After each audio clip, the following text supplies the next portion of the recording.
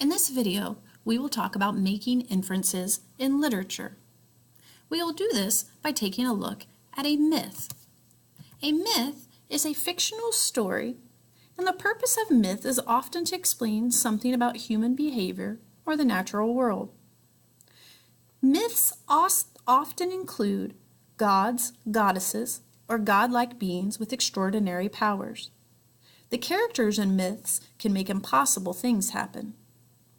Good is often rewarded in myths, while evil is punished. Oftentimes, there will be a character in a myth who brags about something that isn't true. Let's take a look at the myth that we're going to read today. This myth is titled Athena, Arachne, in the Weaving Contest, and it's by Sophia Lillos. Athena, the goddess of wisdom, was an exceptional weaver. She shared her knowledge with humans as long as they consistently showed her their deepest gratitude. Athena's most talented student was a young woman named Arachne.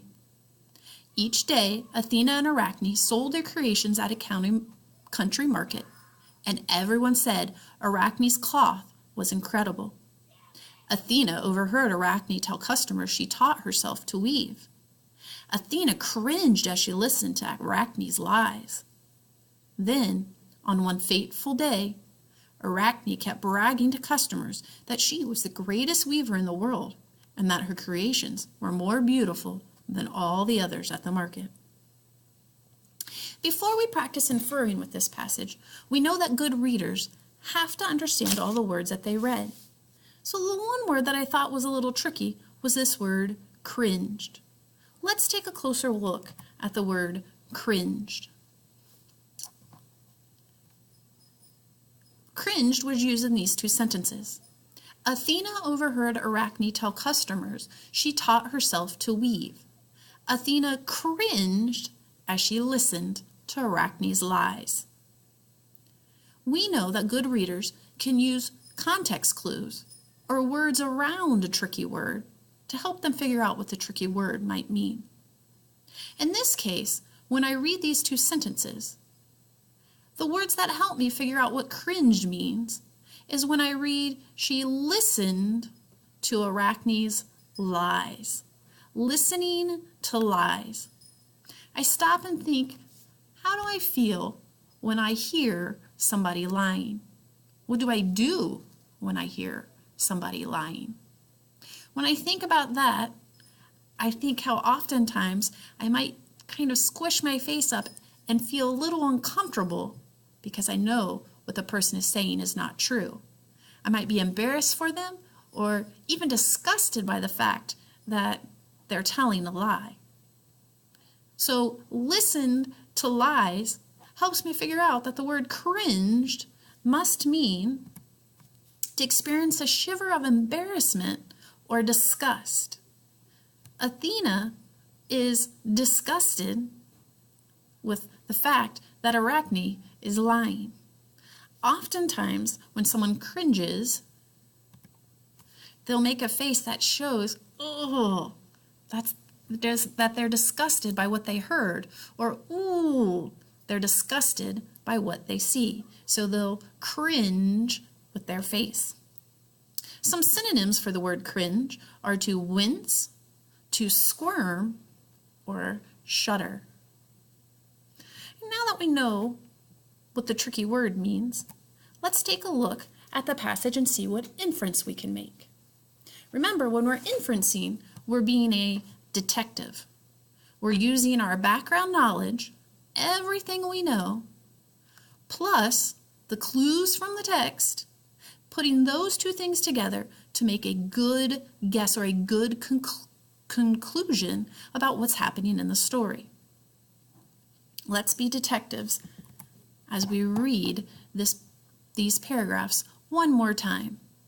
While we're reading, I want you to think about, how does Athena feel about Arachne's bragging? Athena, the goddess of wisdom, was an exceptional weaver. She shared her knowledge with humans as long as they consistently showed her their deepest gratitude. Athena's most talented student was a young woman named Arachne. Each day, Athena and Arachne sold their creations at a country market, and everyone said Arachne's cloth was incredible. Athena overheard Arachne tell customers she taught herself to weave. Athena cringed as she listened to Arachne's lies.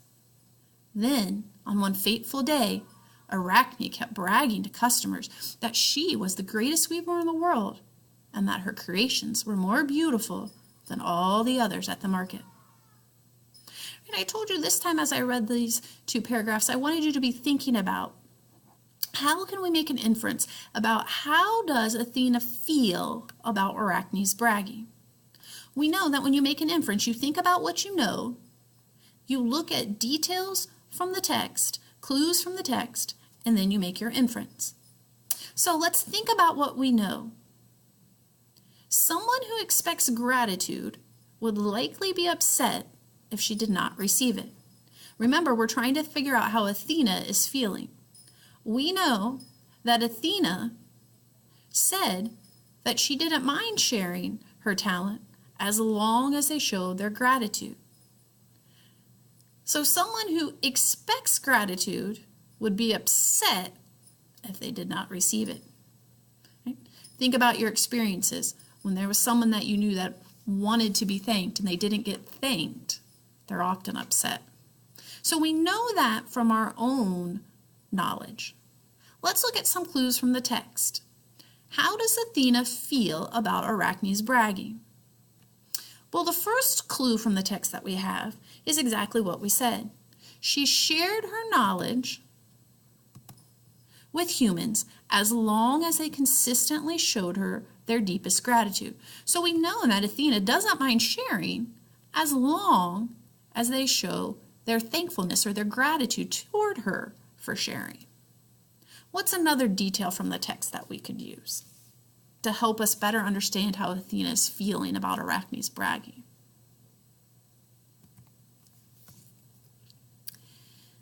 We know in the story it tells us that Athena cringed as she listened to Arachne's lies. Right? Those are words right in the text, so that's our textual evidence. When we add them to our chart, we're going to put a quotation mark at the beginning and a quotation mark at the end to show that these are words we took exactly from the text. Athena cringed as she listened to Arachne's lies. So we have two pieces of evidence from the text. We know that Athena expects to be thanked when she shares her knowledge. We also know that she cringed when she heard Arachne lying. So now it's time to make our inference. We have what we know, plus our clues from the text, to help us figure out how do we think Athena feels about Arachne's bragging. The clues from the text told us she expected to be thanked and that she cringed at her lies. We know that people who expect to be thanked and aren't not thanked often become upset. So we can infer that Athena feels upset about Arachne's bragging. Notice, nowhere in the text did it say Athena is upset that Arachne's bragging. But you could use what you knew plus your clues from the text to figure out, draw a good conclusion that Athena was upset about Arachne's bragging.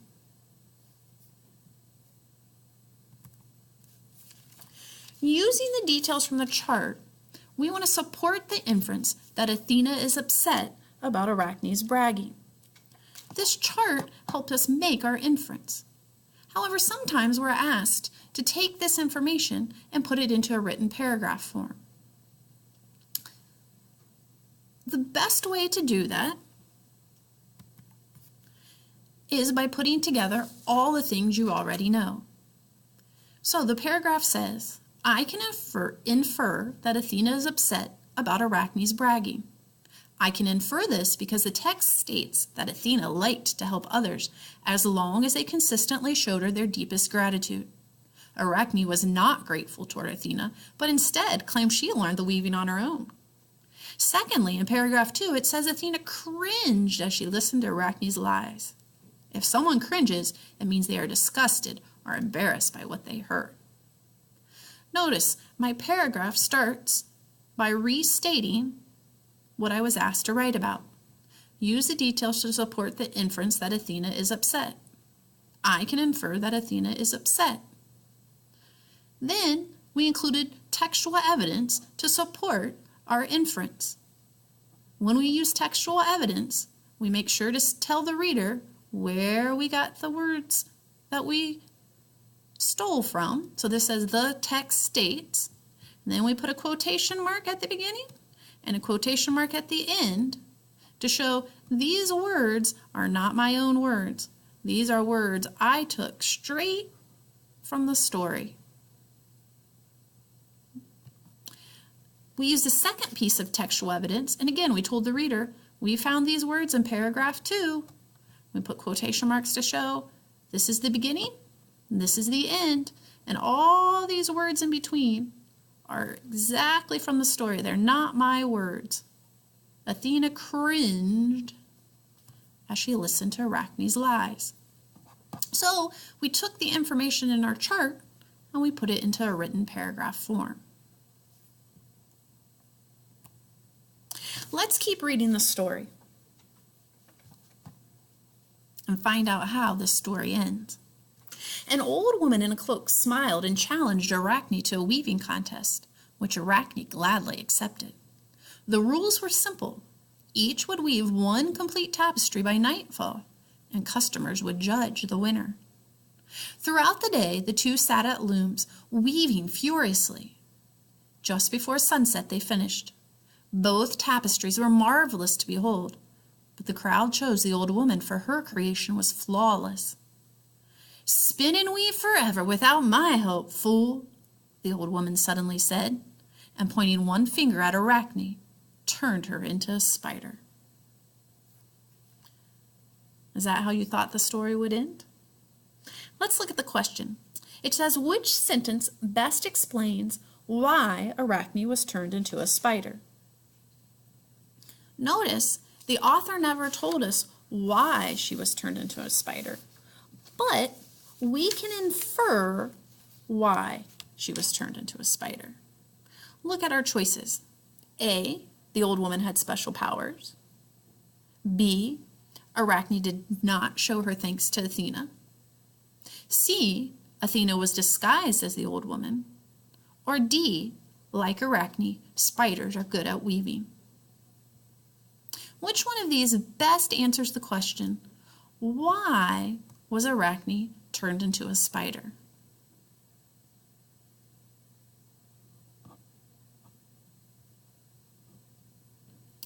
B is our best answer. Arachne did not show her thanks to Athena. We know this is the best answer because Arachne did not show thanks for Athena's help and instead took all the credit herself. So she was turned into a spider as punishment. Let's look at the other answers so that we understand why they weren't our correct answer. A says the old woman had special powers. It is true that the old woman had special powers, but that's not the reason why she turned Arachne into a spider. It's just how she did it. C says Athena was disguised as the old woman. This is true too. The old woman was Athena in disguise. However, this was part of the plot, and it is not a reason why she turned Arachne into a spider. D. Like Arachne, spiders are good at weaving. Again, this explains why the spider was an appropriate animal for Arachne, but it is not a reason why she was turned into one. So our best answer is Arachne did not show her thanks to Athena. Look at the answer for the question about why Arachne was turned into a spider. Explain how the details in the story helped you infer the answer. Write your explanation in your journal. Don't forget to include textual evidence. When you're finished with that, keep on reading and making inferences.